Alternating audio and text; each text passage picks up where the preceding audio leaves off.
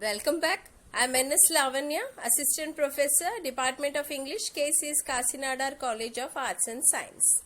In this video, I am going to teach you the relationship between language and culture and how it reflects in translation, which is a part of the syllabus Introduction to Translation Studies.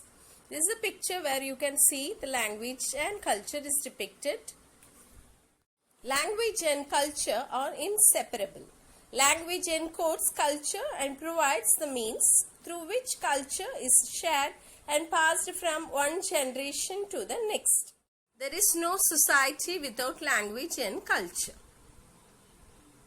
Language and culture is explained in terms of iceberg. The visible part is the language with a small part of culture. The greater part lying hidden beneath the surface is the invisible aspect of culture. Translating from culture to culture is to bring to the receptors new facts and ideas inherent in the SL culture. It is to broaden their cultural horizons. It is to make them aware that other people may have different customs, beliefs, values, and tradition. Language and culture. It is interrelated, intimately connected. Culture shapes language. Meanings in both SL and TL are profoundly affected by their cultural context. A phrase in any SL which appears easy but contains cultural subtleties which must be carefully conveyed lest it convey the opposite meaning than is intended. Language and culture are intertwined. Language is intrinsic to the expression of culture. It communicates values, beliefs, and customs. It fosters feelings of group identity and solidarity. Cramsch hold that culture and language are inseparable. Language and culture are twins and one can't tell who is who. They are two sides of a coin and one can't say which is which. What we say, that is language, influences what we think, what we feel and what we believe, that is culture. The intimate relationship between language and culture is best illustrated by the word association.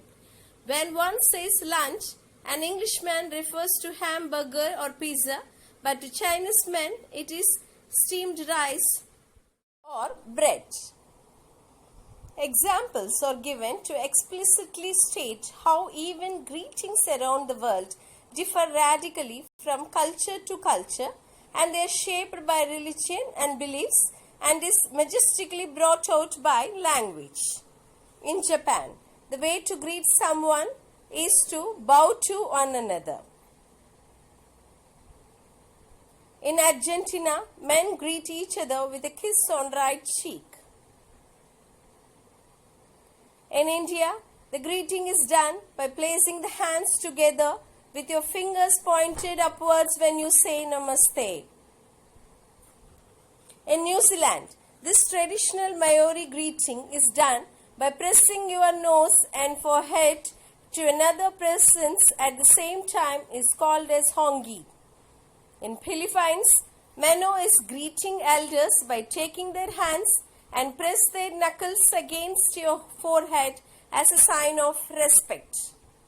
In Nigeria, young people snap their fingers in the process of a handshake as they greet one another. In Greenland, place your nose and upper lip against the cheek or forehead of the other person and take a breath. And this greeting is done with close relatives called as kunik. In Thailand, Y is placing your palms together at your chest and bow your head so that your thumbs touch your and your fingertips touch your forehead. In Russia, a firm handshake is the standard way for men to greet one another in public. In Ukraine, the custom is to kiss cheeks 3 times as a formal greeting. In Tibet, greeting is done by sticking your tongue out and this tradition dates back to the 9th century and people still follows it. Culture gives language different context. The same words passed from one culture to another obtain slightly or radically different meanings. The difference in meaning represents slight or intense value difference that could be critical in translation. Culture is an organization of things, people, behavior, or emotions. It would be transferred through language. As Safir, the great linguist, argues, different languages will create different limitations. Therefore, people who share a culture but speak different languages will have different world views. Language is rooted in culture and is reflected and passed on by language from one generation to the next.